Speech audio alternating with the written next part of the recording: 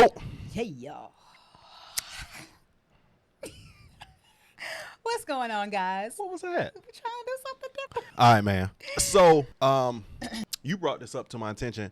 I couldn't find the clip anywhere, but I found it, but I didn't use all the clip. I said, so Dinesh DeRossi, y'all know I be butchering names, but Dinesh, he has a YouTube channel, and he is very informed on Obama and Okay. Obama's lifestyle. He's very he's been knowing this stuff before, and he was the one that interviewed Larry Sinclair after Larry's conference. So I just found this clip. It's about 6 minutes, but I clipped in that part, a piece of the one that he interviewed him. And the reason why I did that because I was like, Okay. so I only took just a little part of that and I just clipped that together just to make sense. But it's just interesting what he's aware of and what he's saying. So let's get it. What's out public? It's Oh, not no, new that stuff to is- so many people. It's not, but I'm glad In it's surfacing because the circles. people that weren't aware, like ourselves, are being made aware. So that means more and more people aware.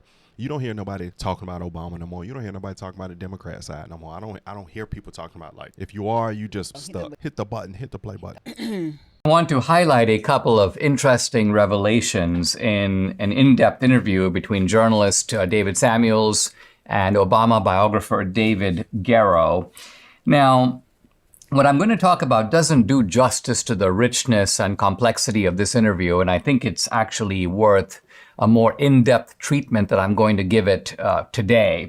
So I'm just going to touch upon some of the highlights in the interview, and then perhaps tomorrow I will go a little bit more in-depth into, because there are a lot of textures here and kind of sidelights that bring out Obama in a way that is recognizable to someone like me who knows, who has a pretty good grasp on Obama.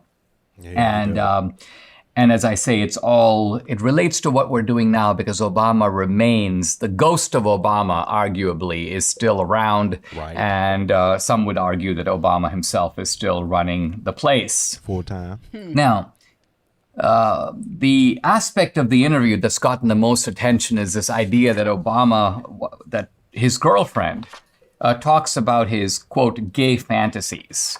And we're talking about a woman named Alex McNear. She was Obama's girlfriend at Occidental College. And apparently, Obama not only told her, but he wrote letters to her about how, quote, he repeatedly fantasizes about making love to men. Now, this is all very interesting because if you might... That letter probably was like, I love your smell, babe, but it's nothing like the smell of brute and Old Spice. You might recall that in the film Trump Card, I interview a guy named Larry Sinclair who talks about the fact that his dealings with Obama were far more than fantasies. He actually had a male sexual relationship with Obama. By the way, I recently posted the conversation between me and Larry Sinclair on Twitter and on social media. My name is Montgomery Blair Sibley. I'm the attorney for Larry Sinclair. Now, you had this press conference. I performed fellatio on Senator Obama in the limousine during the time Senator Obama was smoking crack cocaine. After the press conference, you are arrested. By the D.C. Police Department upon the orders of Beau Biden, Attorney General for Delaware. So this is Joe Biden's son, Beau Biden. It is. Apparently he had a grand jury indictment from 2 weeks after I went public on Obama accusing me of theft that never took place. So that's so that part is the most substantial piece of that clip, because we already did the when he did the press conference and we already heard all the details. But when he said that was the unknown piece that I did not know to happen. That when 2 weeks after he did that press conference, Joe Biden's son had him arrested and charged because Obama told Joe Biden that he stole from him out the blue. He just said he stole from him. So he was trying to get him locked up in silence. That is unbelievable. And it was Joe Biden's son. This is how the deep state run. And it just show you how malicious these people are. And I started thinking about, man, this makes me think about how malicious Joe Biden was, even when he was dating getting with Jill Biden, and how Obama is. These people aren't clean. These people aren't right, man. So whenever I think about anytime a new world order, or when I think about end times, it's always going to be it's got to be at that political side. These people come in with these laws saying, hey, I'll accept this. I'll let you do this. You can do whatever you want. And this time, but what I'm doing, I'm going to destroy the world. I don't know. These are world destroyers now that I'm looking at them. If you haven't seen the film, you can go to my Twitter feed and watch it there. And I'm scrolling through, a couple of people say things like, well, Dinesh, this, who really cares about this? This is basically whether Obama's gay and so on. Well, obviously the guy hasn't watched the interview. Why? Because if you watch the interview, it's not just about sex. It's about sex, lies, and murder. Yeah. Now, let's remember, you got this paddleboarding guy, Obama chef, and down he goes in 8 feet deep water and drowns. Larry SinClair talks about a guy named Donald Young. Donald Young was the choir director or one of the choir leaders in Jeremiah Wright's church. And this guy who Larry SinClair had some dealings with, they talked to each other. This is a guy who apparently had a sexual relationship with Obama.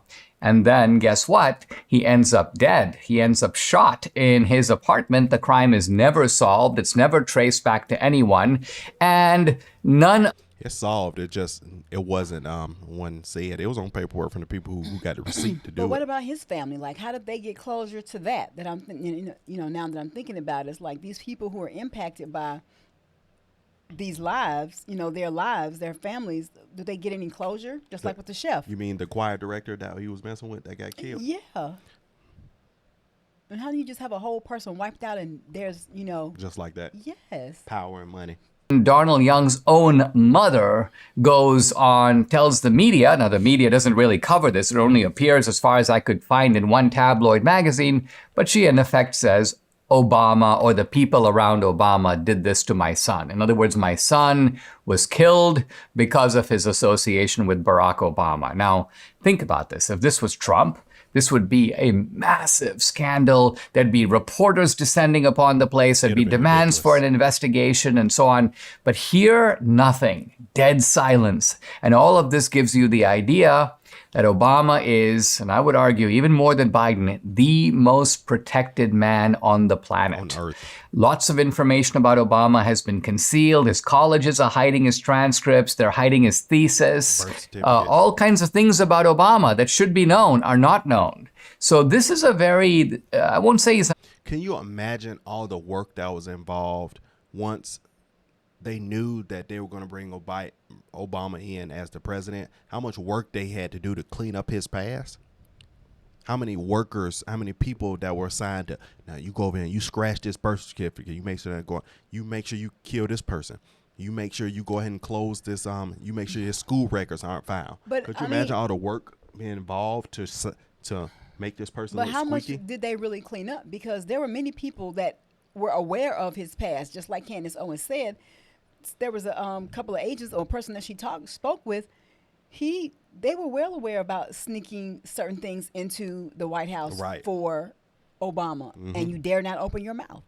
So it was aware. People who were privy to that culture in that environment knew. They said, what did they say? Sneaking in kids. It was like little boys. Wasn't it something like? I think it was drugs. Was it drugs? They were talking about. I heard children. Boys too, not children. No, not children. Boys. Young men. Young men. Yeah, not children. Well, I still see boys, but no, young men. Be clear, so you're not putting out the wrong information. Boys to me are children, but I got young men. Young men. Yes. And drugs. Okay. Manchurian candidate, but he's a sphinx-like figure. And that's why people like David Garrow, like me, are trying to sort of get behind the curtain and excavate or find out the real Obama. So this is the relevance of these inquiries. Garrow goes on to talk about, I'm just going to quote a couple of lines here. He says, here's Obama living in Kalorama, and his impact on public policy is never discussed in the media. He says, for example, he goes, there are regular meetings over there. People from the White House go over there. And yet you'd think there'd be stakeouts outside Obama's house. Who's coming in? Who's leaving? Who's talking to Obama? And he goes, quote, there are 0 stakeouts of Obama's mansion, if only to tell us who's coming and going. Then, says David Garrow, he has no interest in building the Democratic Party as an institution. In other words, Obama's not loyal to anyone other than himself. He also says, quote, Barack is actually just as insecure as Trump. Let's leave believe aside that. the issue of Trump's insecurity, because lots of people have discussed that. This idea that Obama, even though he projects an aura of security, intellectual confidence, we shouldn't confuse ISIS and ISIL, as if he knows the difference. Or he likes to, we shouldn't call it Pakistan, it's Pakistan. So you've got Obama, he's all this pretensions, all this posing, all this preening. But, says David Garrow, behind it, a trembling, insecure man. He's also unbelievably lazy. Garrow says he can't go on the Supreme Court. Quote, he'd be terrible because he's too lazy. It goes back to him being Hawaiian. At one point he says, quote, I'm fundamentally lazy because I'm from Hawaii. That's Obama talking again. Have you heard this reported? Hawaiians Have you are seen really, this anywhere really- else? Nowhere. I've never heard that. Really late. And then to me, the crusher, quote, he's happy to go on NPR and talk about meaning or Marilyn Robinson novels or whatever to make the wine moms identify with him so he can put one over on them. Just don't ask him to visit the hospital when you get cancer, because he'll be hanging out on someone's yacht with the other winners. And there you have, in a nutshell, the character, the personality, the morality, or I should say immorality, of Barack Obama. Wow. Once again, who put him in office? We did. Exactly. So once we, but I said this, it's all good on camera. People Okay. make themselves look, great, and from entertainers to big, celebrities to whoever. It's always when the lights are off. Lights. Who is the person really like off camera? I These rem- people knew that. Let me tell you, These people knew who he was when they had him. it raised a red Before flag he got to me. there, I mean. Right. When you remember when Kanye crazy, and then he was like, Kanye is a effing idiot. It just started make you think like, how do people really talk on the backside? You know what I'm saying? So I bet you we would be blown out of our mind if we could see all the detailed stuff that was went in then and still now to this day. Well, like I said, the done in the dark will come to light, and that's across the board. So the things that he did back then is coming out during the office of Joe Biden, because it still trickles down from his administration and decisions that were made when he was there. Plus, that was his left-hand man, his VP. And now they're going back to say, okay, well, no, he didn't sign off on this. This was signed off by Obama when he was in office. what's So coming. Joe is the front man. That's it. But An he's not in old office now. Geezer that is just the front. Yeah, I don't want Michelle to run, so hopefully she won't. They had to keep his people in. Only way Obama can continue to run from the backside is his people in the office. That's why still to this day, that's why they do not want Trump in there, because he is not on anybody's agenda, and they don't like that at all. So he mentioned in the White House. about Trump being insecure. These people work with each other regularly. I've never heard that. No, well, Not to say that people haven't when said they it, say I just haven't heard when they it. talk about Trump's insecurity, they're talking about when he continuously brags. Oh, the things that he's done while he was in office? or he gets offended if you try to do something to him, like he attacked. They call they were. I heard that before that it was an insecurity. Okay. Yeah. But He's still getting my vote. I don't give a rat's. That don't impress me at all. I mean, everybody got a little bit of insecurity in them, I feel.